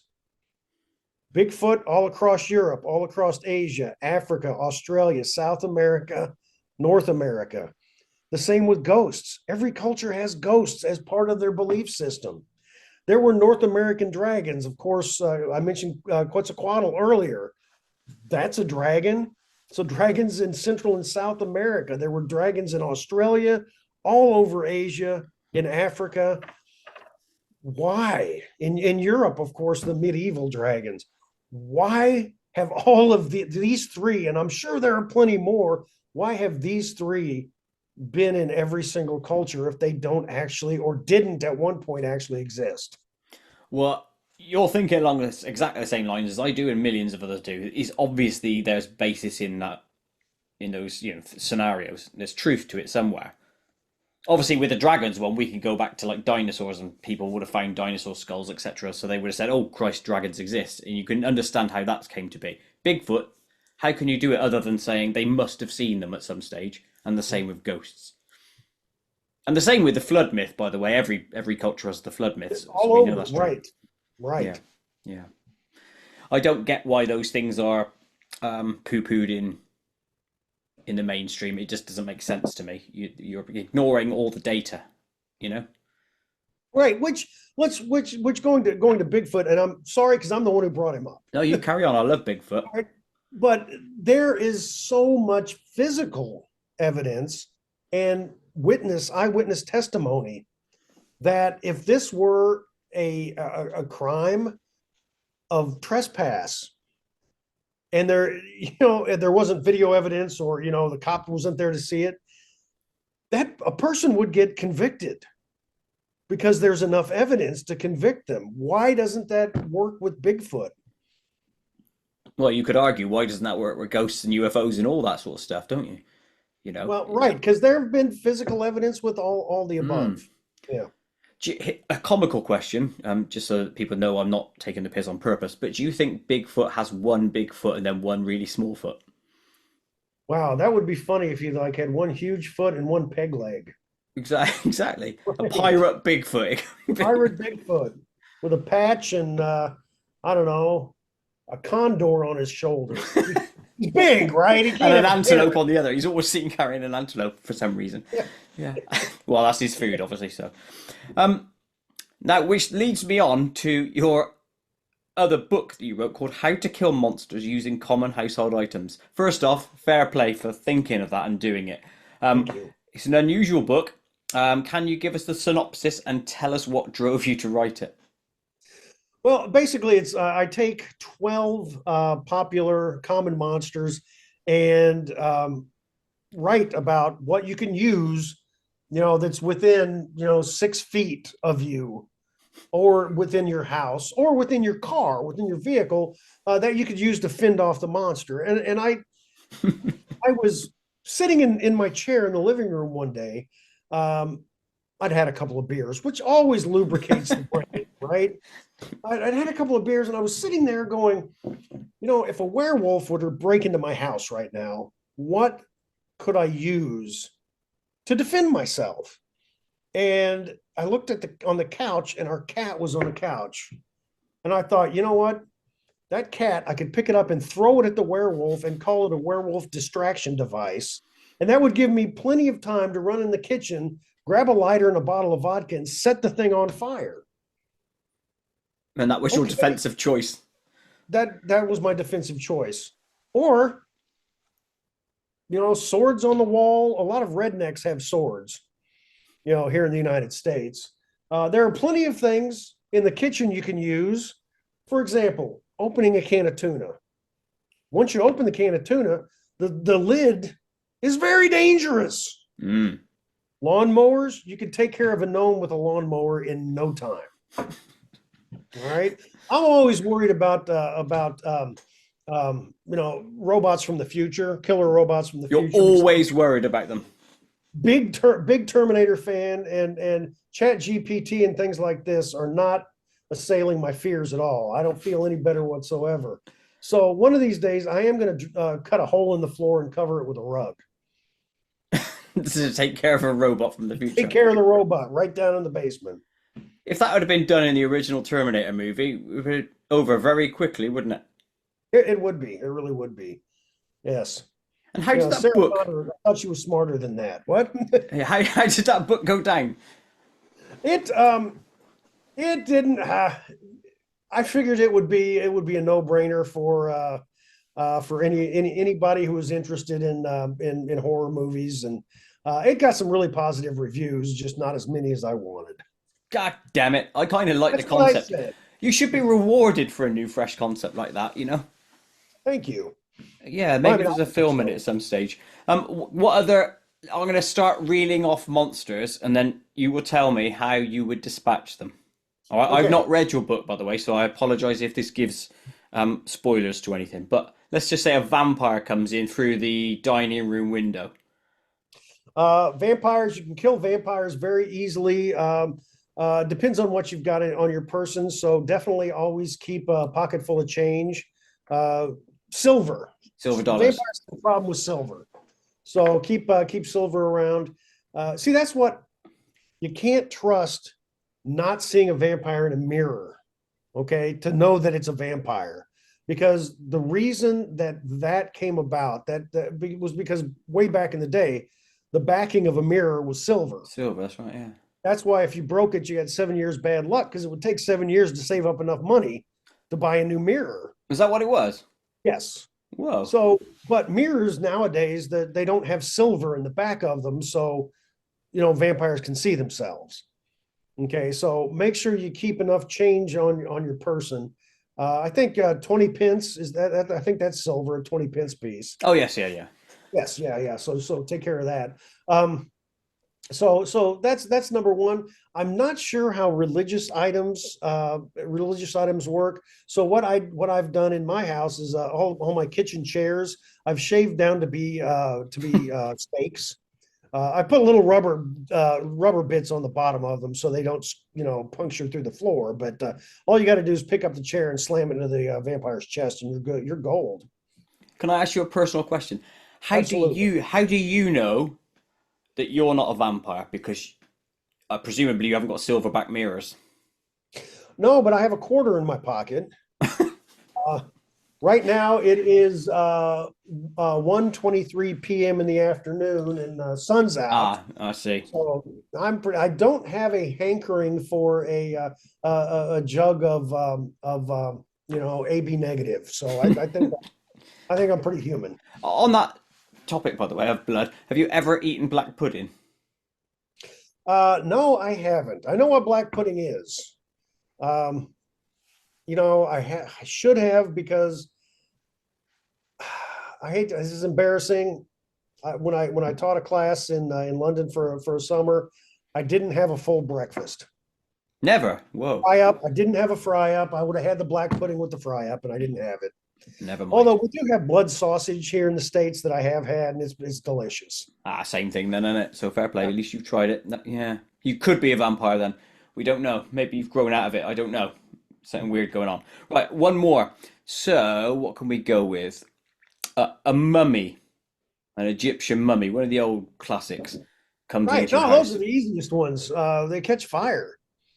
That's true. That is absolutely the easiest one. Now, I mentioned vodka and a lighter. If you're really seriously worried about Egyptian mummies, and I did write about this specifically in my book, is people coming to visit might think you're a raging alcoholic, but keep open bottles of vodka with rags stuffed in the top of them and lighters everywhere in the house. Yeah, and never invite a policeman over. No, no, no. Yeah, that's yeah. There'll be something weird happening to you after that one. Well played on that book, and I would suggest everyone who's watching and or listening to this to go and check it out. I'm sure it's a great read. It's comical, and if I read books, I swear to God, I would probably have a copy. I'm not good with books, with text. Maybe some weird dyslexia thing going on. I don't know. Let's take a sideways move again, and we are going to move into nerd stuff, which I know you're a big fan of. So let's Because I'm talk a big Star nerd. Yes. Wars. Yes. Wearing a Rogue One Star Wars shirt in honor. By the way, one of the only things post original trilogy that's any good. I like Rogue One. You are hitting me right where I am, because I have since I have a son. He's 19 now, but when Disney bought Star Wars, he was a much younger teen, and so I've watched all of the new Star Wars movie, and the only one that I like is Rogue One. I thought Rogue One was terrific. It felt like an original trilogy movie. Correct. Yes, Mandalorian's good, and I know you will have watched that. A couple of I seasons of that were good. tried. Third one wasn't so great, but first two I thought were really good.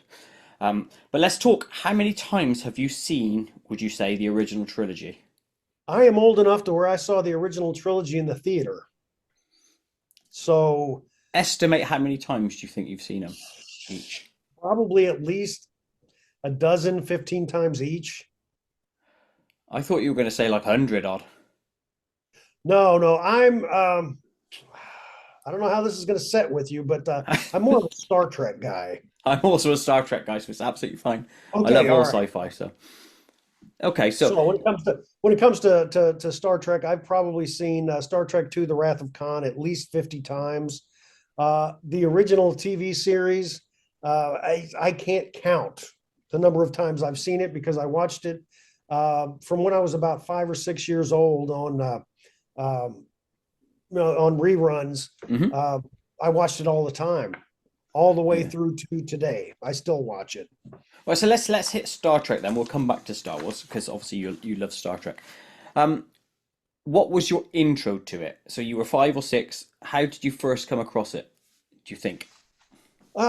We had a TV station that was not affiliated with any network, and I liked to watch it because it had Lost in Space and Gilligan's Island and Leave It to Beaver and shows like that. And then one day I saw Star Trek, and Mr. Spock caught my eye, and I was glued. I don't remember the first episode I watched, but whichever one it was, it hooked me from that moment on. And so was it you that discovered it rather than someone sat you down and said, "Oh, watch Star Trek, you'll like it"? No, it was. I discovered it because no one in my family, they're not science fiction people whatsoever. It's me. Yeah, I had a similar scenario. I was we had TV on of a Sunday evening. Star Trek was on, and the original series. So I sort of found it because I know most people in my family hated sci-fi at that stage, and so yeah, we have similar groundings to it. Um, what did you think of the end credits of Star Trek where you had the alien face? Did that always intrigue you? Did it get you? It didn't freak me out. It intrigued me, yes, because it was so well done. And looking at the alien face, you're talking about the life size puppet alien from the Corbomite maneuver. Ball or whatever. Is it Ball? Is that the guy in that? The little kid one. The little kid was Ron Howard's little brother Clint. That's right. But what character was it? For some reason, I'm saying Ball in my head. That's probably wrong. I don't think it is. I can't. There's a that monster has the alien head has a name. But one of the things that I really like about it, actually, after Whitley Strieber's book came out, Communion, because it had the same shaped head. Yeah. It didn't have exactly the same eyes, but they were similar enough to where it looks like the aliens, what we think a certain species of alien looks like. But back then, I just thought it was pretty cool. I know, and that's the weird thing. I don't know whether that alien head was based on something, or was it original for Star Trek at that point, and then it became sort of into the zeitgeist, and then the Communion face was drawn because of it. It might have been. I don't know. It might, because they had a lot of brilliant designers on the original Star Trek. I do know that there were a number of things that Gene, because I read a whole lot of pulp fiction from back in the 20s, 30s, and 40s and 50s, and the science fiction from back then. They were talking about warp drive. They were talking about They didn't call them the transporter, but they were talking about that and shuttlecraft and a lot of things that Gene Roddenberry used, he incorporated from somewhere else. And I'm not going to hold it against him because George Lucas did the same thing with Star Wars. That's right. And but where the alien came from, I don't know. But it's a nice chicken and egg scenario. Right, exactly. But the aliens they came up with, I thought were fascinating, especially in the one with the salt vampire. The salt vampire was the creepiest one, I think, in the entire series. What with that weird sort of like roundish? Yes. Was it roundish? Yeah, that's weird. It was round, strange. and that was terrific. What is your favorite series of all Star Trek ever invented, and why? The original, in ranking in order, the original, the Next Generation, Strange New Worlds. Going to go after that with Lower Decks and Enterprise, and then the rest are down below it. What about Deep Space Nine? I never got into it. Whoa, I am absolutely shocked that I was sure you were going to love Deep Space Nine. And I like that. So many people love Deep Space Nine. I just never could. Some of the episodes are some of my favorites, like More Tribbles, More Troubles, where they went back to the original Enterprise. Right. That was fantastic. But I wasn't a big fan. I liked bits of Voyager, but I don't like Discovery at all. That's at my very bottom. Awful show. And I hate to say that as a Star Trek fan because I should love everything. But as soon as I saw those Klingons, and you buggered it. So yeah, no, none of that. So favorite series would be Star Trek, the original series. Favorite characters, and again, why? Favorite was always Spock when I was younger. I think Shatner's Kirk now. Just because I've gotten to I respect Shatner more than I used to. I think what he did with Kirk was pretty amazing. Also could be from the fact that I actually got to meet him once. Oh, did you? Was he an arse to you? Was he good? He was. I've heard he's an absolute ass, but he was nice to me. That's all you can ask for then, isn't it? That's all I could ask for. Yeah, my girlfriend's met him. She used to do like horse stuff for him years ago. Well, that's probably a good way to meet him then. Well, and I forgot Picard. I loved the Picard series. Yeah. Oh, yeah. The third series, though, not the first two. They were woeful. Oh, the second one wasn't bad. The first series, you're right, was woeful. The second one I enjoyed. The third one where they brought back the Next Generation cast was terrific. Yeah, that was mint. And what we need is that guy, Matsalis, I think his name is. We need him to do that Legacy, Star Trek Legacy, but it's just not being greenlit at the moment. We need that. So if anyone's watching, get onto Paramount or whoever owns it these days, and let's get that in. I said set them straight. God damn it! Give them a backhand and a forehand and all of them. It reminds me of a story actually. Years ago, when I used to work in an office in Cheltenham, I used to have a collection of ties, yeah, and I had a massive Picard head one. I must have been very brave walking around with it at that stage because it wasn't so applauded as it is nowadays. But I used to get stopped by people all the time saying, "Oh, I love your Star Trek tie," and that, and I'd also sort of react, not negative, but a bit like annoyed. Why is that, do you think, when I know they liked the same thing as I did? Because at the time it was special to you because of the fact that Star Trek wasn't as mainstream as it is now, and that was something that was yours. Okay, you had exactly it. You can't like it, that's mine. But now we found out how many Star Trek fans there actually are, and there have always been a lot. It was just, I think, too nerdy for most people to admit to. Yes. Yeah. Yeah. Almost the same as the UFO stuff, isn't it? Exactly. I was thinking that as well. I mean, look at Star Wars. I mean, Whoopi Goldberg basically demanded she wanted a role on Star Trek: The Next Generation. Robin Williams was supposed to be in an episode of Star Trek: The Next Generation, but he was filming something. It might have been Mr. Doubt or Mrs. Doubtfire, and he couldn't be in that episode. Christian Slater, the actor, wanted to be in it so bad he took a really bit part to deliver to The wake the one captain line. Yeah, that's Excelsior right. up. Yeah. In Undiscovered Country, wasn't it, that one, I think? So I mean, I think there have always been a ton of Star Trek fans. They're just, again, it's just like the UFOs. They were afraid to admit it, and you were giving them permission by wearing a Picard tie. Maybe that's. I like what you said because you're actually right, by the way.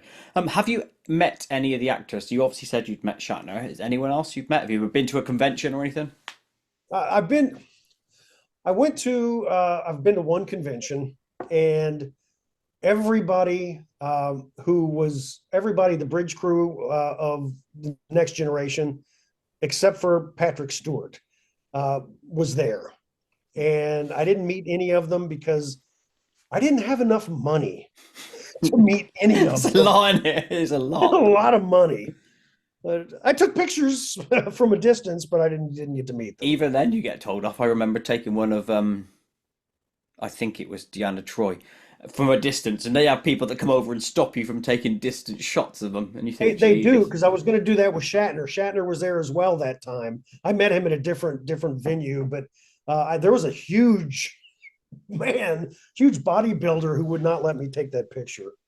Hmm. But which was funny because right next to them was Lee Majors.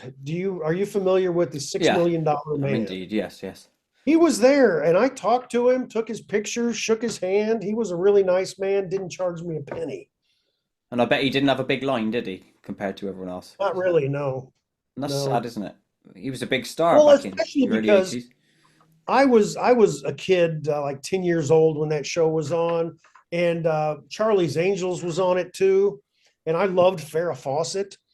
The and I wasn't really meeting the man who was the $6 million man. I was meeting the guy who had sex with Farrah Fawcett. You're living vicariously for Exactly, Lee right through Majors. that guy. Yep, you bet. She was mint back in the day. Right. I'll So be fair. I was 2 steps away. You know those bits where you get to meet Shatner at a convention or whatever, you go in. I remember my mate did it, and you like paid 50 quid or something. You go in and you have like 8 seconds in front of him. Hello, all right, photo, off you go. Yep, That's weird, I think. it is a bit, but I mean, I I met Captain Kirk, for God's sake. Yeah, that is a win. You can always hold that, can't you? What Star Trek items do you own or have owned? Oh my gosh. I have two working communicators.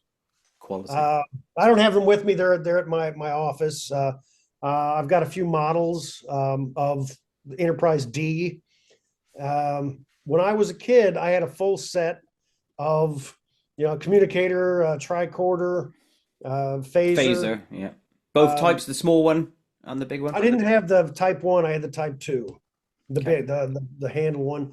But right now I have a medical tricorder from the Next Generation, and you put if it's got batteries in it, it makes noises when you punch the buttons.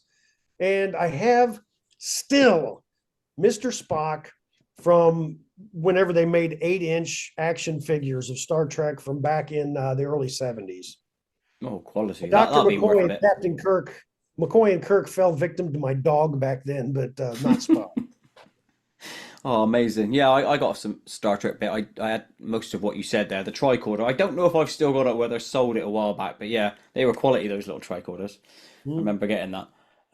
Brilliant. I had the badge as well. You pressed it, went, did the little I noise. had that for a while. I don't. When I was a kid, I had a phaser that was a flashlight, and it came with little discs that you put right at the lens, and you would show it pointed at the wall, and it would make the Enterprise or the Klingon battle cruiser. It was pretty neat. Quality stuff that we had as kids. I think, Absolutely. yeah, I think kids these days miss out on that. They've missed out on the novelty of seeing something amazing at the time, Star Trek and Star Wars, and then all the quality merchandise that went with it. But hey ho, again, they have their own things, don't they, with their mobile phones and game systems. A couple more questions about Star Trek before we move on to other sci-fi bits. So, thoughts on the new Disney Star Wars? Mm, it has been awful, absolutely awful. I was so pleased with how J.J. Abrams rebooted the 2009 Star Trek movie. From the casting, the writing, the whole time, the Kelvin timeline thing. I was excited for him to do something similar with Star Wars, and he didn't. He basically gave us a new hope in the first movie, and the rest of the movies, the writing has been absolute garbage. The second, the second and third Star Wars movie in the Skywalker trilogy were incomprehensibly bad. Solo, which I had high hopes for because Han was always my favorite Star Wars character. But the actor they picked, I did not like him a bit. Alden Ehrenreich, thought he did a terrible job, and it was just a heist movie. I don't want to watch a Han Solo heist movie. And as we said before, Rogue One I think was terrific. And other than that, I haven't liked any of the TV shows. Gave The Mandalorian a shot. As soon as Baby Yoda showed up, I was done. I tried Andor. I love Ewan McGregor, so I really wanted to see Obi-Wan turn out good. I tried 3 whole episodes and it never got any better. Yeah, it's not great, that one. Rogue One, I want to get back to that sec. You saw it in the cinema, presumably. Yes. So when we get to that amazing scene, and I know you know which one I mean, at the end of the movie, describe your feelings as you saw that when it first came about and you thought, Jesus. Okay. I don't just write paranormal nonfiction, I write novels as well. And when it comes to storytelling, I do not mind a bleak ending at all. In fact, in one of my novels that won a couple of awards, if I might toot my own horn, the very first ending was I killed the main character. Nice. And my editor was like, you don't want to do that. I mean, I'm glad she said that because I wrote a sequel to it, which I couldn't have done if I killed him, but I don't mind, important people dying at the end. So when I was watching this, it's a Disney movie, okay? When I saw it, I knew for a fact that 2 main characters were going to live. They had to. And when that amazing ending hit, blew me away. Absolutely floored me. I loved it. Yeah, that scene where he just cuts the shit out of people, that was what we've been hoping for to see. Darth Vader go ape shit, I love that. Oh, that I was thinking earlier when the explosion happened. Oh, that's amazing still as well. On the beach and the bomb goes off. I love that. Good. Yeah, no. You're talking about Darth Vader in the hallway. Yeah, that's the Darth Vader I always wanted to see. What I was getting at is I remember watching it thinking, holy shit, I'm watching something awesome right now, which I very rarely get escalated in terms of emotion. I'm normally quite level-headed, but that was I was like, whoa, hairs standing up and stuff. I wonder if you had the similar thing. Yeah, no, absolutely the same, because it was so unexpected because Disney was putting the movie out. Yes. And that's why I said I've watched that movie multiple times because it's just so good. Well, here's the thing, the guy that rewrote Rogue One, Tony Gilroy, I think his name is, he's the one that wrote, I think, and directed Andor. So I'm quite surprised you didn't like Andor as much. Did you? I only gave it about halfway through. Oh, okay. So maybe halfway through the first episode, maybe I'll give it a shot again. It is slower, so I understand why you might have turned it off, but worth giving that another try, I think. You wrote an article called "The Light Side of the Force is Pretty Dark." I think that was amazing, by the way. I've read that. Can you shed a little bit of light on what you wrote there? Do you remember it? How long ago was this? I don't even remember. I used to write a humor column, and that's probably, I think that's from my humor column. But I've written it for the last 20. I wrote it for 29 years before I retired from writing it. That's fair enough, then. I can't ask you to try and remember that. I'm going to link it though from the description, and I do advise. So that's 52 columns a year over 29 years. Yeah. Why don't you remember every piece of thing you've ever written? Great. I know it's my fault. No, it's quality, by the way. So I'm going to link it, and I suggest everyone go read it. It was funny. Although I do remember that I wrote a Star Wars when my son was 2 and just starting to talk. I wrote a Star Wars column that George Lucas got all of his names for Star Wars from a 2-year-old. Go Because on. my son liked croutons, croutons for salads. He called them tauntauns. I'm like, yeah. George Lucas was listening to a 2-year-old. It certainly was. We'll talk quickly about one other element of sci-fi before we enter the Koit zone, and then we'll wrap up. So let's talk about other sci-fi. What other sci-fi are you interested in? I love time travel. Um, any movie on time travel that's any good, I really enjoy. Um, Not Time Cop. um, Oh, yeah, I went I to the think one of cinema my to see that all-time movie. Time Bandits is fantastic. I love Time Bandits. The Terminator movies, although there's a temporal causality loop in the first one that I don't agree with, I still love the movie. But yeah, I love time travel. When it comes to, I also like horror sci-fi. So John Carpenter's The Thing.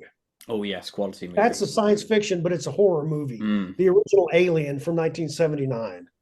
The other movies have been, the other aliens have been action movies, but the 1979 original is a haunted house story. Um, Event Horizon is a science fiction horror movie, so I love that a lot. You like the dark sci-fi? Yes. Yeah, I do too. I think Aliens, I know it is technically an action movie. I think it's one of the best movies of all time. A lot upside there with Terminator 2, you know. Right. I am not going to argue with Aliens being one of the best science fiction movies of all time. It just didn't fit into the horror movie genre that I was talking about. Mm. But yeah, Aliens, it's a completely different animal than Alien, but it's just as good. It's so good. Oh, it's amazing. Is sci-fi better nowadays versus when we grew up? Man, I don't think so. Because just it could be. It could be. There are a lot of good books out there that could be adapted. There's just too much repetition in movies. That's it. Dear Lord, I just finally the other day, because I was bored, I saw Spielberg's The Day the Earth Stood Still with Keanu Reeves. Hmm. The original from 1951, directed by Robert Weiss and starring Michael Rennie. That movie had a solid societal point to it. That movie is probably one of the best science fiction movies ever, and the new remake was garbage. It was an action movie. It didn't have the message that the original had. Oh, that's it. They reboot and they take the heart out of everything. That's the problem. Exactly. The prequel to The Thing, I watched that one, and it's again, you're right. The heart is gone. Mm. Yeah, The I the think Tom Cruise War of the Worlds. That's the same thing. No heart in it. It's an action. I don't want to see that. I like movies that have a societal message to them that actually make a point through science fiction, because that's what Rod Serling did with the Twilight Zone. yeah, He brilliant. he attacked societal problems from the viewpoint of science fiction, fantasy, and horror. Gene Roddenberry, that's what he did with the original Star Trek. There, I mean, so many societal problems he attacked. And so I love movies like that. Have you ever seen John Carpenter's They Live? Yeah, brilliant film. All right, absolutely. Not that many people know about it, but man, it attacks capitalism. I take my glasses off. It's got a message, and yeah, I like that. That's what's missing from today. Yes, I agree. And originality, we need to get back to that, not bloody reboot. You reboot this, reboot that. Anyway, Right, and there's plenty of originality out there. Hollywood just needs to take a chance. I understand why they don't, because movies are so expensive that they don't want to take a chance and lose money. and the weird thing is, all their reboots and that are losing money, so they switch gears, go to the original again. Right, and they can do something like, there's a movie called The Man from Earth. I can't remember any of the cast except for William Catt, I think, is in it. It's a science fiction movie, but it's set in a cabin. I've And seen the it. I only saw it time the they other day. leave the cabin is they go outside to talk. And it's all they do is talk. And it is fantastic. There was another one within it was the COVID year, I think. I think it was either 2019 or 2020. I can't remember the name of it, but this group of friends is having a dinner party and a comet goes by. And what you find out ends up happening is the comet merged, made a window area in a bunch of different dimensions.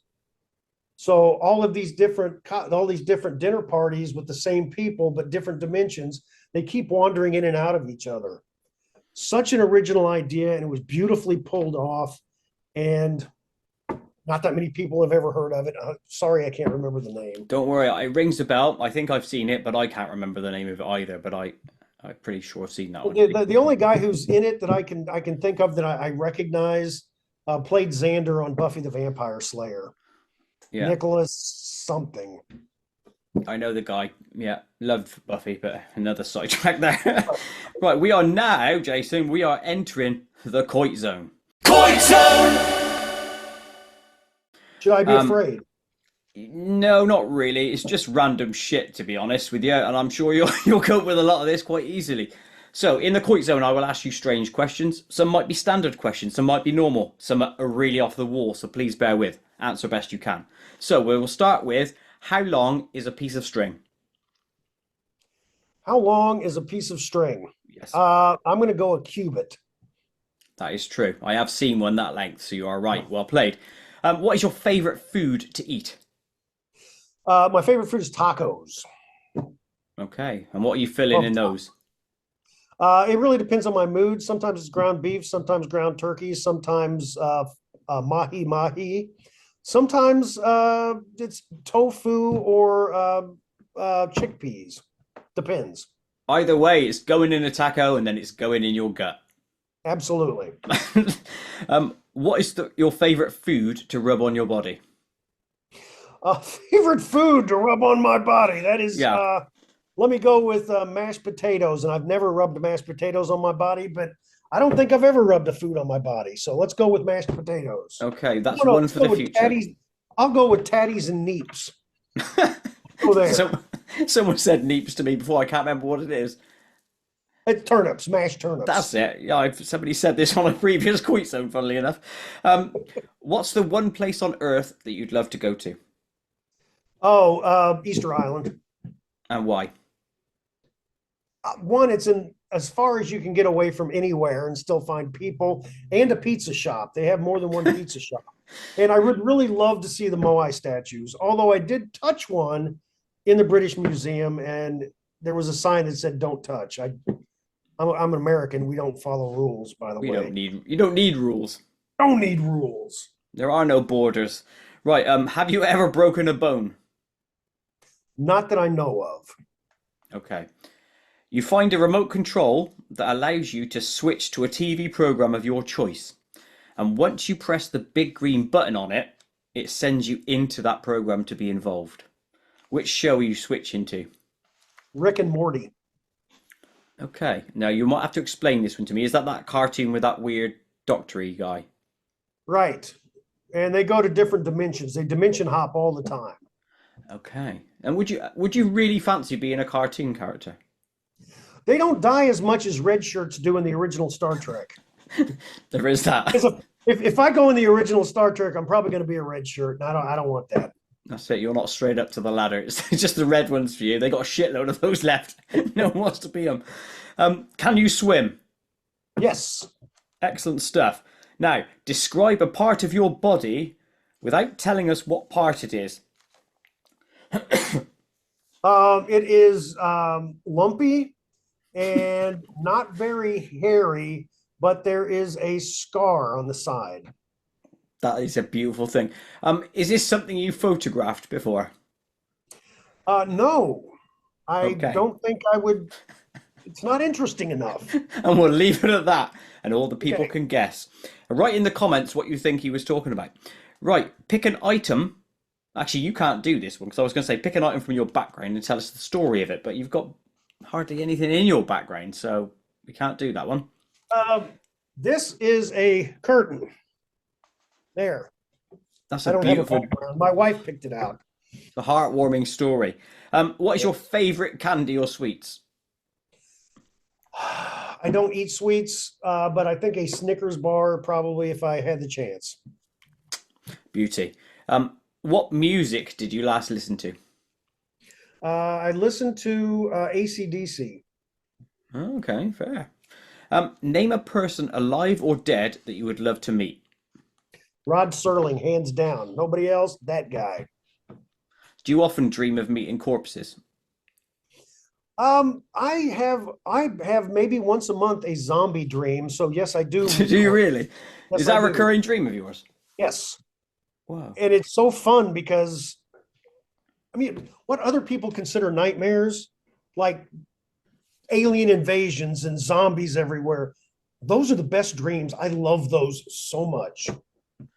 I've had one, I think, alien war dream, because I used to watch a lot of Star Trek Deep Space Nine, and there was a lot of space battles, and I used to dream of over the field behind my house, there'd be like UFOs battling and stuff. So that was one that came into my head. But the zombie ones intrigue me. Do they come after you, or are you just a character going after them? Sometimes both. It doesn't. Sometimes I'm running from them. Other times I'm running toward them. And is that an ongoing thing, or have you solved that whatever that puzzle was? No, And I just think that dream is me blowing off steam, and I have a blast. I get upset waking up. Oh, yeah, I'm with you on that one. I know what that's like. Harsh scenario. That is the end of the Coit Zone. Thank you for travelling with that through that with me. I apologise if it was weird. Two final questions. First, what else do you like to do in your downtime? Any activities or guilty pleasures? I love to cook, and I love to try out as many new recipes as I can.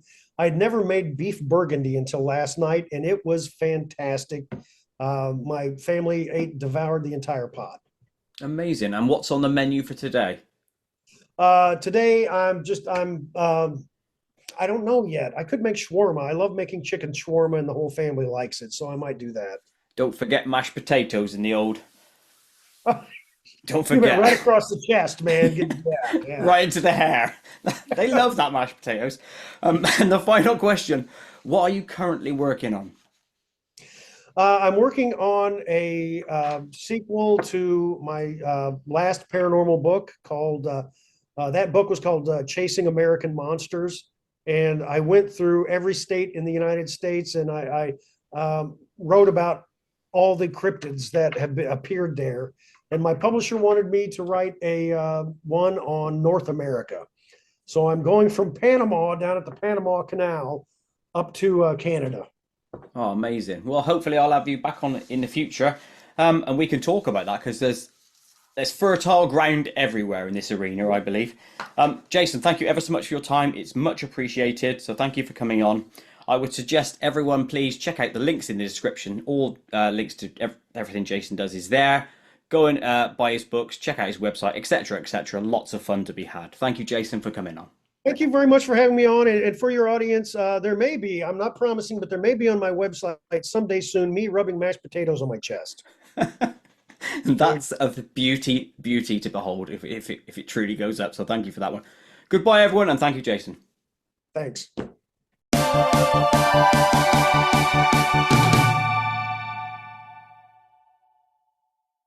To watch other KoitCast episodes, please click the image top left. To subscribe to my channel, please click the image top right. Please like and share to help KoitCast grow, and most importantly of all, please click the notification bell so you never miss an upload.